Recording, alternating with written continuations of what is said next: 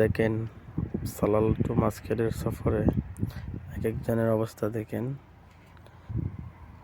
আরো ভালো সিন দেখলে আপনারা বুঝতে পারবেন কি হইতেছে এখানে। এই দেখেন সালালা টু মাস্কেটের সফরে ওদের হালাত দেখেন কি হয়েছে। এক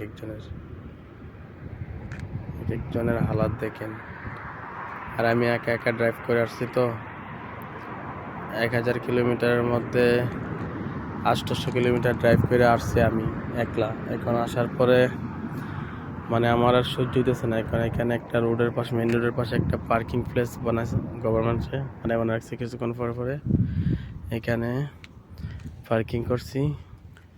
আর আবার দোস্ত এতে ড্রাইভ করে না, এতে ড্রাইভ করবো করে না, এতে ঘুমো ধরছে।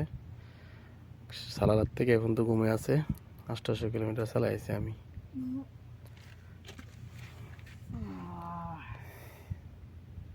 এই পরিস্থিতি আর কি।